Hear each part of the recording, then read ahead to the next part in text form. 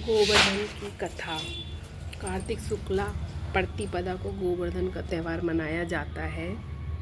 इस दिन स्त्रियां गोबर की मूर्ति बनाकर भगवान की पूजा करती हैं। संध्या समय अनादि का भोग लगाकर दीप दान करती हुई परिक्रमा करती हैं। इसी दिन नवीन अन्न का भोजन बनाकर भगवान का भोग लगाया जाता है, जिसे अन्नकूट कहते हैं। कथा।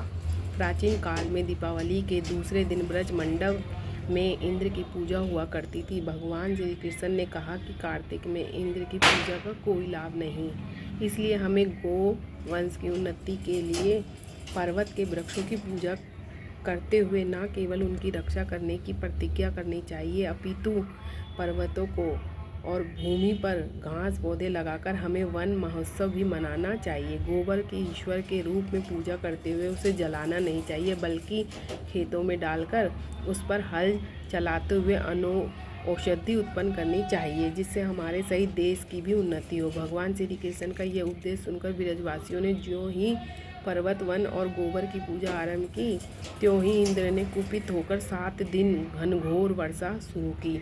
परंतु श्री कृष्ण ने पर्वत को अपनी कन की उंगली पर उठाकर ब्रज को बचा लिया और इंद्र को लज्जित होकर 7वें दिन समय याचना करनी पड़ी। तभी से समस्त उत्तर भारत में गोवर्धन पूजा प्रचलित है।